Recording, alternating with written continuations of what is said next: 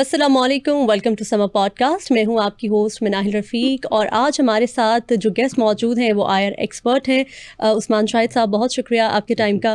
नाज़रीन, जैसा कि आप जानते हैं कि पिछले 1-2 दिन पहले का ये वाक़या है कि जब अफ़गानिस्तान की जानिब से बॉर्डर के उस पार से बिलाइश्तियाल हमले किए गए पाकिस्तान की तरफ, जिसके बाद फिर सिक्योरिटी फोर्सेज एक्शन में आई और फिर उनके जितने भी हमले थे उनको नाकाम बनाया। 19 पोस्टों पर जो है उसको डिस्ट्रॉय भी किया और पाकिस्तान ने अपना झंडा भी लहराया। ये सारी सिचुएशन क्यों पेश आई, ये क्या चल रहा है, इसी पर आज हम बात करेंगे। उस्मान साहब, पहले तो मुझे ये बताइएगा कैसे हैं आप? मैं अल्लाह का शुक्र ठीक ठाक, थैंक यू। ये जो सिचुएशन इस टाइम पाकिस्तान की बनी हुई है, पाक अफ़गान हम ये जो जंग का माहौल बना हुआ है, किस्म का बॉर्डर के उस पार से भी इश्तियाल अंगेज़ी की जा रही है, हमले किए जा रहे हैं, इसके बाद फिर ज़ाहिर है कि रिटेलिएट करना होता है और फिर सिक्योरिटी फोर्सेस ने कामयाबी के साथ उसका जवाब दिया है। ये सारी सूरत हाल क्यों पेश आई? मेरे ख्याल में जब से अमेरिका का यहाँ से इनखला हुआ है उसके बाद तालिबान रजीम जो है ये इन प्लेस आया, तो हम देखते हैं कि शुरू से लेके अब तक इन्होंने अपनी रविश नहीं बदली है। ये महज़ब दुनिया के अंदर जिस तरीके से एक गवर्नमेंट बिहेव करती है उस तरीके से इन्होंने अपना रवैया जो है वो इख्तियार नहीं किया। आप देख लें 3 से 4 साल हो गए हैं, पूरी दुनिया जो है ये आलमी तन्हाई का शिकार है, इंटरनेशनल पराया स्टेट के तौर पर बिहेव कर रहे हैं। ना रीजनल लेवल के ऊपर इन्हें लेजिटिमेसी मिल रही है और ना आलमी सतह के ऊपर है। और जिस तरीके से ये अपनी आवाम के साथ सलूक कर रहे हैं, ये तो उनके हक़ में बेहतर नहीं है, बल्कि इनकी आवाम जो है उन्हें उस तरह तस्लीम नहीं कर रही। उसके ऊपर हम लेटेस्ट स्टेज के अंदर आते हैं कि किस तरह ख़वातीन के साथ उन्होंने सलूक किया। लेकिन पिछले कुछ अरसे के अंदर हमने देखा चाइना ने वहाँ पे अपनी एम्बेसी ओपन कर ली है, क्योंकि चाइना चाहता है BRI प्रोजेक्ट के अंदर जो है रास्ता काबुल से गुजर के जाए। CPEC के अंदर वो चाहते हैं काबुल जो है अपना बड़ा रोल प्ले करे और पाकिस्तान भी इस चीज़ के लिए तैयार है। और हमने भी बड़ा खुले दिल के साथ उनको कबूल किया मई के अंदर, जब से अफ्रीकी मुज़ाकरात हुए जिसमें हमारे फॉरेन मिनिस्टर वहाँ के ऊपर मौजूद थे।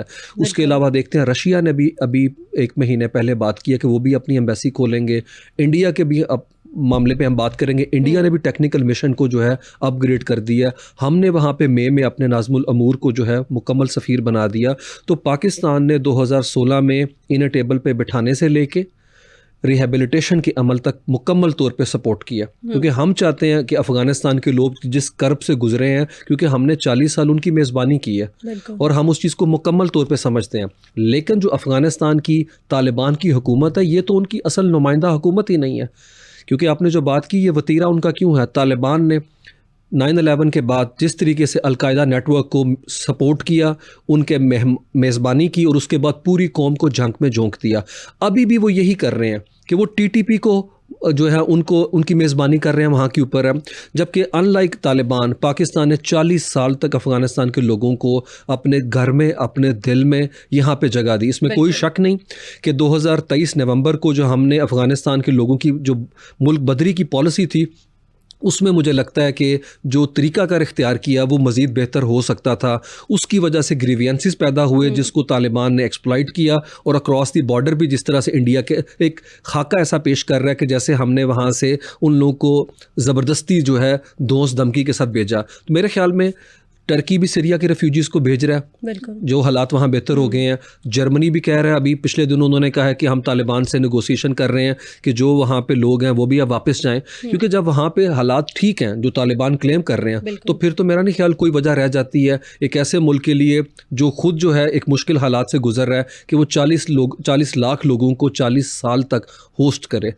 तो मेरे ख्याल में तालिबान जिस तरीके से इंडिया का मोर्चा बनने जा रहे हैं और जिस तरीके से हमें ब्लीड कर रहे हैं, इससे पता चलता है कि उनका जो वर्ल्ड व्यू है वो बड़ा टनल किस्म का है। अच्छा, अगर हम शुरू से शुरू करें तो अफ़गानिस्तान के साथ पाकिस्तान के ताल्लुकात अच्छे थे और हमने ज़ाहिर है कि उनके रेफ्यूजीज़ को जगह दी और फिर अफ़गानियों की नस्लें पाकिस्तान में बड़ी हुई हैं और उनको हर जगह पे मौक़े भी मिले हैं। पेशावर में बहुत अफ़गानी रहते हैं और पख्तूनख्वा में भी बहुत अफ़गानी आज भी बसते हैं। हालांकि अभी उन्हें निकाला जा रहा है, उसके बावजूद उनकी एक अच्छी खासी पॉपुलेशन एग्जिस्ट करती है पाकिस्तान के अंदर। ये सब कहाँ से शुरू हुआ? ये सब क्यों शुरू हुआ? ऐसा क्या हुआ कि एकदम से दो स्टेट जो थी वो दुश्मन बन गई और फिर ऐसी दुश्मनी की तरफ अफ़गानिस्तान ने जो दुश्मनी दिखाई पाकिस्तान के साथ कि उसके अंदर घुस के जो हमारी जड़ें थी उनको कमज़ोर करने की कोशिश की और यहाँ पे घुस के यहाँ की आम आवाम को मारने की कोशिश की गई। दहशतगर्दी के नेटवर्क अफ़गानिस्तान से आज भी चलाए जा रहे हैं। तो ये सब क्यों हुआ? ये 2004 से जब हामिद करज़ई की गवर्नमेंट आती है, अशरफ गनी की है, उनके ऊपर पॉलिटिकल इन्वेस्टमेंट की थी इंडिया ने $3 अरब वहाँ इन्वेस्ट किए, पाकिस्तान के खिलाफ एक राय आमा वहाँ पे हमवार की। उसके अलावा तालीमी वज़ाइफ दिए, स्कॉलरशिप दिए। इंडिया हर साल 1000 स्टूडेंट को स्कॉलरशिप देता है। आप सोचिए अफगानिस्तान के कि वो लोग जहाँ से PhD MPhil करके जब जाते हैं अफगानिस्तान की यूनिवर्सिटियों में, तो आप सोच सकती हैं वो बयानिया क्या तश्कील देते होंगे वहाँ के ऊपर है। उसके अलावा क्रिकेट टीम जो है उसकी ट्रेनिंग इंडिया के अंदर होती है, दिल्ली के अंदर है। जी डेफिनेट, जिस तरह बांग्लादेश के उन्होंने इसके अंदर किया था। तो जो तालिबान की गवर्नमेंट है, ये वो तालिबान है जिसके लिए पूरी दुनिया पाकिस्तान को कहती है कि ये टेररिज्म का जो है हॉट बेड है, और हमें डबल गेम का ताना सुनना पड़ा इन्हीं तालिबान की वजह से।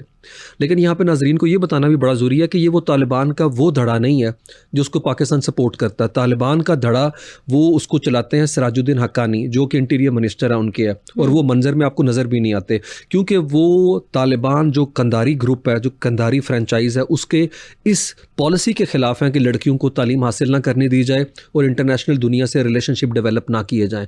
वही सिराजुद्दीन हक्कानी थी जो UAE के जाके सदर से मिले, प्रेसिडेंट से मिले, उन्होंने CNN को इंटरव्यू दिया। वो प्रो पाकिस्तान पॉलिसी रखते हैं, क्योंकि याद रखें पाकिस्तान समेत दुनिया का कोई कंट्री नहीं चाहता कि उसके नेबरहुड के अंदर शोरिश हो, वहाँ पे कशीदगी रहे, वहाँ पे तलखी रहे। तो पाकिस्तान ने हमेशा गुड नेबर लाइन्स के ऊपर जो है इस्टेब्लिश करने की कोशिश की है ताल्लुकात। लेकिन जिस तरीके से तालिबान ने बिहेव किया है वो बड़ा अनफॉर्चुनेट है, और हमारे लिए प्रॉब्लम नहीं है तालिबान। चाइना कह रहा है कि ईस्ट तुर्किस्तान इस्लामिक मूवमेंट वहाँ से ऑपरेट होकर चाइना पे अटैक कर रही है। वस्ती एशियाई रियासतें, रशिया कह रहा है कि उसे ख़तरा है कि दाइश का जो खुरासान ग्रुप है वो वहाँ से ऑपरेट करके बड़े ऑपरेशन लॉन्च कर सकता है। मतलब पूरा हित्ता जो है, इलाके की सलामती जो है वो गैर यकीनी और गैर मुस्तहकम हो चुकी है तालिबान की वजह से। अब आते हैं, तालिबान ने गारंटी दी 2020 के अंदर कि जब अमेरिका यहाँ से इवैक्यूएट करने लगा था कि हम हर सूरत के अंदर इंक्लूसिव गवर्नमेंट बनाएंगे, जितने भी अफगानिस्तान के सियासी स्टेक होल्डर हैं उनको ऑन बोर्ड करेंगे। But what we have been seeing right now, पिछले 4 साल से अदम दिलचस्पी जो है वो जाहिर कर रहे हैं सारे मामले के अंदर है। मेरे ख्याल में ये लेजिटिमेट गवर्नमेंट नहीं, आज भी तालिबान का झंडा और अफगानियों का झंडा अलग है। आपने देखा होगा वो ट्राई कलर उनका झंडा है, वो वर्टिकल स्ट्राइप्स हैं उनकी, रेड, ग्रीन और ब्लैक एक उनका झंडा है। तालिबान का झंडा ब्लैक है, और जो वहाँ के ऊपर मोनार्किस्ट हैं वो झंडा 1964 का उठाए हुए हैं। और पिछले 2021 से जब से ही आए हैं 2004 का कॉन्स्टिट्यूशन इन्होंने मुअत्तल किया, आज तक कॉन्स्टिट्यूशन की ड्राफ्टिंग नहीं इन्होंने की है। कुछ अर्सा पहले इसहाक डार साहब के साथ मुलाकात हुई थी वहाँ के वज़ीर ख़ारजा की, जिसके बाद इस चीज़ के ऊपर दोनों ने जो है वो इत्तेफाक किया था कि पाकिस्तान की सरजमीन को अफ़गानिस्तान से कोई नुकसान नहीं होगा, यानी अफ़गानिस्तान की ज़मीन पाकिस्तान के ख़िलाफ़ इस्तेमाल नहीं होगी, और फिर हम भी मेक श्योर करेंगे कि अफ़गानिस्तान की तरफ कोई ख़तरा ना जाए हमारी तरफ से। तो ये इत्तेफाक हुआ था। उसके बाद लग रहा था कि अब हालात कुछ फेवरेबल हो जाएंगे, दहशतगर्दी में कुछ कमी आएगी, which was a good point कि अगर हम मुज़ाकरात से मसाइल हल कर सकते हैं, और अगर वो कहते हैं कि हमारी हुकूमत है तो उस हुकूमत से बात कर लेते हैं, और वो करने की कोशिश की गई, बिल्कुल की गई इसहाक डार की जानिब से। तो उसका कोई लेकिन रिजल्ट नहीं निकला, कोई फ़र्क नहीं पड़ा। ऐसा क्यों? जी तालिबान की जो रविश है ना, आप देखें तालिबान का वर्ल्ड व्यू देखें। तालिबान का वर्ल्ड व्यू, सबसे पहले तो तालिबान उस मिथ को तोड़ना चाहते हैं जो उन पे छाप एक तरह से लगी हुई है। उनको लगता है कि पूरी दुनिया समझती है कि पाकिस्तान उनका सरपरस्त है, पैटर्न है, जो कि पाकिस्तान कभी भी उस तरीके से नहीं रहा। मैंने जिस तरह कहा ना कि हम उस ग्रुप जो है उसको, नो डाउट माजी की पॉलिसी हमारी थी कि जिसमें सिराजुद्दीन हक्कानी, जिसके साथ अमेरिका ने खुद अपना इंगेज किया, जिनके साथ पॉलिटिकल सेटलमेंट की उन्होंने, और डोनाल्ड ट्रंप को कोई इतराज़ नहीं है उनके साथ दोबारा से बात करने के हवाले से। अब तो वो ग्रुप जो है वो प्रो पाकिस्तान है, लेकिन ये जो एक छोटा सा फैक्शन है वहाँ के ऊपर, वो एंटी पाकिस्तान अप्रोच रखता है, और वही इंडिया के साथ हाथ मिला के वहाँ के ऊपर बैठा हुआ इस वक्त हम जो देख रहे हैं। और याद रखें, ये तालिबान की ये रविश, उनका ये रवैया, एक इंतहा पसंदाना पॉलिसी हमसे ज़्यादा अफ़गानियों के लिए जो है ख़तरनाक है। अगर मैं यहाँ पे नाजरीन को फैक्ट बता सकूँ, अभी जो council on foreign relation American बड़ा थिंक टैंक है, उसकी 9 अक्टूबर को एक उन्होंने आर्टिकल बताया कि अफ़गानिस्तान बदतरीन इंसानी बहरान का शिकार है, और फैक्ट्स के साथ।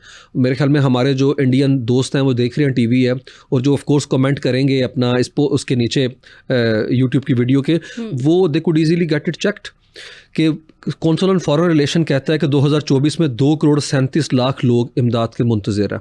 4 करोड़ तो टोटल आबादी है उनकी, आधी आबादी उनकी, आधी से ज़्यादा आबादी उनकी है। उसके अलावा 95% जो घर हैं खुराक की कमी का शिकार हैं।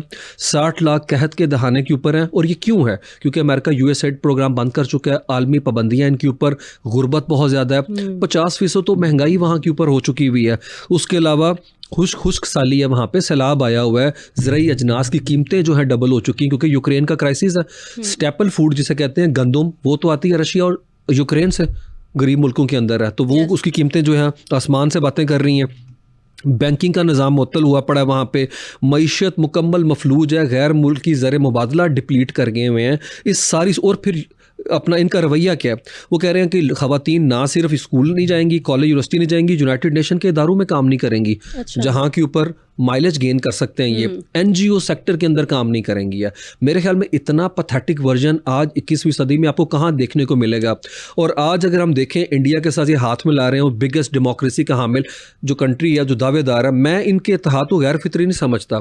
दोनों जो हैं एक जगह के ऊपर एक जैसा सोचते हैं, वो इनकी इंतहा पसंदाना सोच है, रिजिडिटी है। दुश्मन का दुश्मन दोस्त होता है। जी। और अमेरिकन प्रेस क्या लिखती है? अमेरिकन प्रेस मोदी को कहती है हिंदू तालिबान, और आज वो उनके साथ बैठे हैं, उन्हें ताजमहल दिखा रहे हैं, मुल्ला मुत्तकी ताजमहल देख रहे हैं। उसी तरफ आने वाली थी। मुल्ला मुत्तकी ने जो दौरा किया है इस वक्त इंडिया का, और फिर उन्होंने एक मुश्तरका एलामिया भी जारी किया है, और उन्होंने कहा कि पाकिस्तान का जो सिक्योरिटी का मसला है, सिक्योरिटी नहीं, दहशतगर्दी का जो मसला है, वो हमारा अंदरूनी मामला हो गया अचानक से। जो वहाँ से उनके बॉर्डर्स की तरफ से जो जारियत की जाती है, जो इंडियन जो स्टेट स्पॉन्सर्ड जो दहशतगर्दी पाकिस्तान के अंदर हो रही है, अफगानिस्तान की सरजमीन से हो रही है यहाँ पर, और स्पॉन्सर किया जा रहा है इंडिया की जानिब से, अब वो उसको कहते हैं कि अब हमारा अंदरूनी मामला है।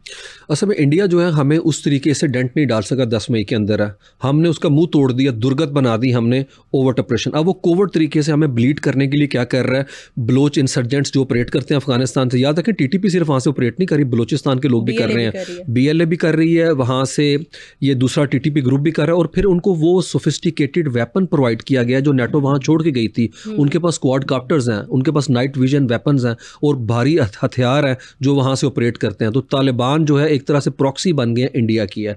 और अभी देखें, ये वो इंडिया जो कहता था हमें यूनाइटेड नेशन का परमानेंट जो है मेंबर बनाए सिक्योरिटी काउंसिल का, अमेरिका के साथ बातें करता था, और आके एंड पे रोल कारपेट किसके लिए, कारपेट रोल आउट किसके लिए कर रहा है?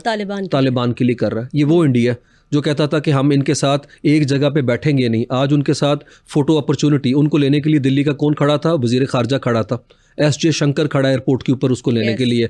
इससे ज़्यादा मैं कहता हूँ इंडिया लोएस्ट बॉटम पे नहीं आ सकता। और वो दिन जो इंटरनेशनल डे है गर्ल चाइल्ड का, उस दिन तालिबान ने कॉन्फ्रेंस के अंदर ख़वातीन को बैठने नहीं दिया। और ये मोदी जो कहता है भारतीय नारी शक्ति, बात करता है वहाँ ख़वातीन को तमाचा मारा इसने अपने कॉन्स्टिट्यूशन की स्पिरिट के ऊपर, जो इसने उनको साथ बैठाया तालिबान को, और तालिबान ने ख़वातीन को बैठने नहीं दिया। और देखें किस तरीके से मुल्ला मुत्तकी बचते फिर रहे थे जब ख़वातीन को बाद में इतवार के सेशन हुआ और उन्होंने जवाब देने कहा कि हमने सस्पेंड किया वक्ती तौर पर। तो तालिबान तो इस्लाम का वो चेहरा जो है मस्क कर रहे हैं पूरी दुनिया में, लेट अलोन के हम बात करें वो अपने इसके बाद जो प्रेस कॉन्फ्रेंस हुई थी उसमें तो बिठाया गया था फिर खवातीन को, फिर उन्होंने बड़े सख्त सवालात भी किए थे इनसे। वो इसीलिए किए थे कि जिस तरह से एक क्लैम डाउन था, एक पब्लिक मेल्ट डाउन आया, राहुल गांधी, प्रियंका गांधी के ट्वीट आए, तो मोदी जो है एक ऑकवर्ड सिचुएशन के अंदर चले गए। याद रखें मोदी एक्चुअली अपनी कोर के अंदर डेमोक्रेटिक नहीं है, उसका रवैया वैसे भी 75 साल हो गए हुए हैं। मोदी हमेशा कहते थे 75 ईयर्स के बाद पॉलिटिक्स खत छोड़ देनी चाहिए। तो जैसे अलके अडवाणी को भेजा है, मेरे ख्याल में इट्स हाई टाइम, क्योंकि उनकी पॉपुलैरिटी मुल्क में भी और पूरी दुनिया में नहीं, छुपते फिर रहे हैं, UN के सेशन में नज़र नहीं आए थे। इट्स बेटर कि वो गुजरात वापस जाएं, और वो कहते हैं हम तो फ़कीर आदमी हैं, अपना उठाएंगे और चले जाएंगे। 10 मई के बाद जो फ़कीर आदमी ने अपने मुल्क को जिस जलालत का सामना करवाया, उसके बाद अब TTP को अपने साथ बैठा लिया है। मतलब क्या चल रहा होगा दिमाग में? ये कौन सी फॉरेन पॉलिसी है मोदी की? ये वो मेरे ख्याल में जो तमाचा मुंह पे पड़ा हुआ है वो अभी तक जो है ना उसका निशान नहीं गया। और दूसरा ये है कि वो जो दुर्गत बनी है और उसके नतीजे में जो दुनिया में जागस आई हुई है, वो मेरे ख्याल में उनको रात को नींद जो है ना वो नहीं लेने दे रही चैन से है। और उस चक्कर में वो कह रहे हैं बलूचिस्तान के इंसर्जेंट्स को इंगेज करूँ मैं, TTP को करूँ, तालिबान को करूँ। आप सोचें, आप इन्विजिज करें, ये वो इंडिया है जो G7 कंट्री, G10 कंट्रीज़ के लिए, G20 कंट्रीज के लिए रोल आउट करता है कारपेट है। और मुल्ला मुत्तकी जिसको पूरी दुनिया तस्लीम नहीं करती, इवन इंडियन खुद नहीं तस्लीम नहीं करते हैं, वो वहाँ के ऊपर जा रहे हैं। और जिस तरह दारुल उलूम देवबंद लिखेंगे, आप इसको स्ट्रेटजी चेक करें, ये वो तालिबान है जो पड़े हुए कोड़ा हटक से। तो मेरे ख्याल में कोई भी तालिब इल्म इतनी शर्म करता है कि जिस जगह से पढ़ा हो, जिस मुल्क से पढ़ा हो, उसका जो है वो एहसास करता है और वो वहाँ एहतराम करता है। और वो दारुल उलूम देवबंद में जाके कह रहे हैं कि हमारे इनके साथ बड़े जो है ज़माने से सकाफ़ती रिलेशन है और टाइज़ हैं। क्या रिलेशन है उनके? है वो तो यहाँ से पढ़े हुए हैं। और वो भी इक्वेट कर रहे हैं कि भी हमने जैसे बरतानिया को यहाँ से भेजा था, आप लोगों ने सोवियत यूनियन और इस तरह से भेजा। ये तालिबान है जो कहते हैं कि हमने अमेरिका को भेज दिया। वो फुटेज अभी भी आप यूट्यूब पे देख सकते हैं कि अमेरिकन तैयारों के ऊपर से अफ़गानी गिर रहे हैं नीचे, क्योंकि खौफ की ये फ़िज़ा है। और जिस तरीके से इन्होंने वहाँ पे अवामी जो सज़ाएँ हैं वो बहाल कर दी हुई हैं, आप चेक करें, रुथलेस रजीम है तालिबान है। तो मैं आज मोदी के साथ जब उनको देखता हूँ तो मुझे लगता है ये एक स्ट्रेंज बेड फेलोज़ नहीं है, ये बिल्कुल फितरी इत्तेहादी हैं। और मोदी आज वाकई नो डाउट इसी काबिल है कि वो तालिबान के साथ ही बैठे हैं, नो डाउट है। और पाकिस्तान, इसमें कोई शक नहीं है, हमने पूरी कोशिश की। आप देखें, पाकिस्तान तालिबान के रजीम को चोक नहीं करना चाहता। हमने ज़राई अजनास वहाँ के ऊपर भिजवाई, इवन यहाँ से पैसा डॉलर स्मगल होके वहाँ के ऊपर गया। अगर पाकिस्तान की फॉरेन पॉलिसी की अफगानिस्तान के साथ, तो वो है क्या एक्चुअली, वो क्या है? हमारी जो अफगान पॉलिसी हमेशा से रही है वो हम यही चाहते हैं कि हम एक कॉर्डियल रिलेशनशिप उनके साथ डेवलप करें। और हम चाहते हैं जो सेंट्रल एशिया के साथ हम रूट बनाना चाहते हैं। हमें पता है कि अमन और तरक्की का रास्ता काबुल से गुजर के जाएगा। याद रखें, पाकिस्तान जो है एनर्जी क्राइसिस का शिकार रहता है, तो हम चाहते हैं सेंट्रल एशिया की जो एनर्जी रिजर्वायर्स हैं उनको हम टैप करें। हम एक इंटरनेशनल ट्रेड की आउटलेट बनना चाहते हैं। हम चाहते हैं एक रूट बने, वो जो आप कह लें कि वो स्टेट्स हैं जो कि जिनके बॉर्डर लॉक्ड हैं, जिनके साथ समंदर नहीं लगता, हम चाहते हैं कि उनको एक्सेस मिले, वाटर्स तक मिले, गवादर तक मिले।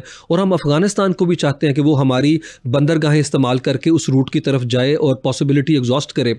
21 अप्रैल को ऑपरेशन हुआ वहाँ पे, हमने देखा जो इंडिया के अंदर पहलगाम का, 25 तारीख को बॉर्डर के ऊपर 150 अफगानिस्तान के खड़े थे ट्रक, हमने उनको जाने दिया। जबकि इंडिया एक खास नैरेटिव शेप कर रहा था। तो हम चाहते हैं सी पैक का पार्ट बने, मई के महीने के अंदर वहाँ के ऊपर बीजिंग के अंदर इसहाक डार कहते नज़र आए कि हम चाहते हैं सी पैक एक्सपैंड करे और काबुल इसका हिस्सा बने। हम चाहते हैं सेंट्रल एशिया तक, उधर से होते हुए रशिया तक तिजारत करें। और इस सारे फ्रेमवर्क के अंदर हम अफ़गानिस्तान को रेलिवेंट देखते हैं। लेकिन अफ़गानिस्तान का जो वतीरा है वो एक महज़ब दुनिया में रहने के काबिल ही नहीं है, जिस तरीके से तालिबान बिहेव कर रहे हैं। मैंने आपको कहा ना, वो अपने लोगों को इंक्लूसिव गवर्नमेंट का पार्ट नहीं बना रहे, आइन कोई नहीं है, वो एक टेररिस्ट आउटलेट की तरह ऑपरेट कर रहे हैं, एक मुल्क की तरह ऑपरेट नहीं कर रहे। मुल्क जो है वो अपना स्टेचर के मुताबिक देखता है उसे। और याद रखें, एक ऐसे हालात में भी वो बदतर बिहेव कर रहे हैं जब चाइना उनके साथ खड़ा है। जब रशिया ने 7 अक्टूबर को इजलास बुलाया, वहाँ पे पाकिस्तान भी गया हुआ था, इंडिया भी था, सेंट्रल एशिया के कंट्रीज थे, चाइना था, ईरान था, और सब ने कहा यहाँ पे गैर मुल्की जो है दोबारा से इंट्रूजन नहीं होनी चाहिए, कोई फौजी अड्डा किसी को नहीं दिया जाएगा। बिल्कुल। लेकिन दूसरी तरफ देखें आप कि हमने अफ़गानिस्तान को सपोर्ट किया, अक़वाम मुत्तहिदा के अंदर है। अगर आप देखें पिछले 2-3 महीने में, 4 महीने में, पाकिस्तान मुस्लिम कोई भी कंट्री हो, ईरान भी उसके साथ खड़ा है। फ़लस्तीन के केस के अंदर हम असर्ट कर रहे हैं, हमने सऊदी अरेबिया के साथ दफ़ाई मुआहदा किया है, कतर के साथ इंगेज कर रहे हैं, और हमारी लेजिटिमेसी ये है कि हमारे प्राइम मिनिस्टर वहाँ जा रहे हैं। ये सारे अमन मुआहदा जो है जहाँ के ऊपर इंक होने जा रहा है, हम वहाँ पे मौजूद होंगे। तो हम तो मुस्लिम वर्ल्ड के बड़े स्टेक होल्डर हैं। तो तालिबान मेरे ख्याल में उनको सोचना चाहिए, अपनी पॉलिसी को रिविजिट करना चाहिए कि वक्ती तौर के ऊपर भी उन्हें माइलेज नहीं मिलने वाला। हमने 21 पोस्टें तबाह करके वहाँ पे अपने फौजी नहीं बैठाए, हमने हैंड ओवर कर दिया। सिर्फ उन्हें बताया कि हम पोजीशन ऑफ स्ट्रेंथ से बात करेंगे, लेकिन ऑफ कोर्स जैसे आपने बात की रिटेलिएशन करेंगे, क्योंकि अगर आप लास्ट रिजॉर्ट के तौर पे हमें फोर्स करेंगे तो हम उस हद तक जाने के लिए भी तैयार हैं। मेरे ख्याल में जो तिजारत की पहले आपने बात की, पाकिस्तान क्या चाहता है, हम चाहते हैं उनके साथ तिजारत करना, और हम याद रखें हमें सी पैक की कामयाबी चाहिए, हमें सेंट्रल एशिया तक एक्सेस चाहिए। सेंट्रल एशिया भी हम चाहते हैं पानियों तक आए, और रशिया भी ये चाहता है। कोई कंट्री नहीं चाहता कि इलाकाई सलामती दाव पे लगे। ऐसी दुनिया के अंदर जो कि आप कह लें BRI प्रोजेक्ट नहीं चल सकता, जहाँ पे चाइना के पड़ोस के अंदर हालात जो हैं वो ख़राब रहे हैं। 2025 का डाटा हम उठाते हैं, $2 अरब, 25% पाकिस्तान और अफ़गानिस्तान का ट्रेड का वॉल्यूम पहुंच चुका हुआ है। और ऑफ कोर्स झुकाव पाकिस्तान के अंदर तिजारती सरप्लस हैं, क्योंकि हम ज़्यादा चीज़ें बेचते हैं। हम वहाँ पे सीरियल, सीमेंट बेचते हैं, इलेक्ट्रॉनिक्स बेचते हैं, हमारे पास वहाँ पे सब्जियाँ, अजनास जिससे मैंने कहा वो बेचते हैं। पेशा वराना खिदमात के कॉन्टेक्स्ट के अंदर हम जो है उन्हें फैसिलिटेट कर सकते हैं। उसके अलावा पाकिस्तान जो है चाहता है कि वो हमारे साथ फ्री ट्रेड एग्रीमेंट करें, आज़ाद जामिया जो है हम तिजारती मुआहदा चाहते हैं। जुलाई में उन्होंने प्रेफरेंशियल ट्रेड एग्रीमेंट किया, जिसमें चंद चीज़ें आती हैं जिन्हें टैक्स की थोड़ी सी कंसेशन है। लेकिन 2010 का जो मुआहदा है पाकिस्तान अफ़गानिस्तान जो ट्रांजिट ट्रेड एग्रीमेंट है, पाकिस्तान उसे रिवाइज़ करना चाहता है। हम चाहते हैं कि यहाँ के ऊपर हमारा वेस्टर्न बॉर्डर जो है इंगेज ना हो। इंडिया क्या चाहता है? इंडिया स्क्वीज़ करना चाहता है। इंडिया चाहता है मल्टीपल फ्रंट खोले पाकिस्तान के खिलाफ। जो अभी की जो इस वक्त सिचुएशन है जहाँ पे पाकिस्तान रिटेलिएट कर रहा है, और हमने देखा कि पाकिस्तान को यहाँ पे भी कामयाबी हासिल हुई, वो कुछ मीम्स भी बन रही हैं, तो वो मुल्ला मुत्तकी मोदी के कान में कह रहे हैं कम से कम हम पे 6 का टैग नहीं लगा। तो ये वाली जो सिचुएशन है, इसके बाद आप क्या समझते हैं कि ये इसके क्या कॉन्सिक्वेंसेज होंगे, क्योंकि रहेंगे तो हमारे पड़ोसी ही। जी डेफिनेटली। और वो घुस के भी बैठे हुए हैं हमारे मुल्क के अंदर। बिल्कुल। और अब उन्हें निकालने की भी कोशिश की जा रही है, पंजाब में भी ऑपरेशन तेज कर दिया गया उनको निकालने के लिए। इसके क्या कॉन्सिक्वेंसेज होंगे पाकिस्तान पर भी और अफगानिस्तान के लिए भी? पाकिस्तान पे तो डेफिनेटली बड़े अपना कह लें ड्रास्टिक कॉन्सिक्वेंसेज है, क्योंकि हमने ये एक्सपेक्ट नहीं किया था कि अफगानिस्तान इस तरीके से, अफगानिस्तान की जब हम बात कर रहे हैं तो हम उनकी आवाम की बात नहीं करते, उनको भी बड़े गहरे जख्म आए हैं इस सारी वॉर के अंदर है। हम स्पेशली बात कर रहे हैं बचाने की बल्कि कोशिश जी डेफिनेटली हम काबुल की बात कर रहे हैं, उनके रजीम की बात कर रहे हैं। पाकिस्तान एफर्ट कर रहा है पूरी दुनिया के अंदर कि वहाँ पे इंक्लूसिव गवर्नमेंट आए, वहाँ के ऊपर तालिबान के अलावा जो स्टेक होल्डर हैं, जो मुतदिल आवाज़ें हैं वहाँ की है, वो सिस्टम का हिस्सा बने और इंडिया जो है उस सिचुएशन को एक्सप्लॉइट करके उन्हें प्रॉक्सी के तौर पर इस्तेमाल ना करे। मेरे ख्याल में पाकिस्तान ने चाइना से पहले इस हवाले से बात की है, क्योंकि चाइना जो है रेलिवेंट है, चाइना चाहता है, चाइना ने अपनी एम्बेसी स्टार्ट की है, चाइना वहाँ पे मादनियात के हवाले से बड़ी दिलचस्पी रखता है और चाइना ने वहाँ के ऊपर जो है असर्ट किया रोल को, जिसके बाद पाकिस्तान ने अपने रिलेशंस को वहाँ पे बेहतर किया है। लेकिन मेरे ख्याल में पाकिस्तान अब इस नतीजे पे पहुँच चुका हुआ है कि अफ़गानिस्तान जो है वो एक ही ज़ुबान समझता है। याद रखें, जब आप हमारे तमाम दुश्मनों को वहाँ पर रखेंगे और इंडिया वहाँ पर बैक चैनल के थ्रू फाइनेंशियली सपोर्ट करेगा, अब इंडिया के मुँह पर कितना बड़ा तमाचा है। ये वो इंडिया जो चाह बहार के रूट के थ्रू वहाँ से कुलभूषण यादव आया था, अगर आपको पता हो, इन्होंने ईरान के कौंसल खाने बनाए हुए थे वहाँ पे और उसके थ्रू हमें ब्लीड करते थे। अब ईरान के साथ इजराइल की वॉर में जो इंडिया ने सलूक किया, ईरान बड़ा हेजिटेंट है। फिर अमेरिका ने जो किया, पिछले महीने इस्तिस्ना ख़त्म कर दिया चाबहार का, अगर आपको पता हो कि इंडिया वहाँ पे रेलवे ट्रैक नहीं बिछा सकता, अदरवाइज अमेरिका पाबंदी लगाएगा। अब उसके बेनिफिशरी थे तालिबान भी चाहते थे चाबहार की पोर्ट के थ्रू वो समंदरी रूट इस्तेमाल करें, तो अब वो भी नहीं कर पाएंगे उस तरह से।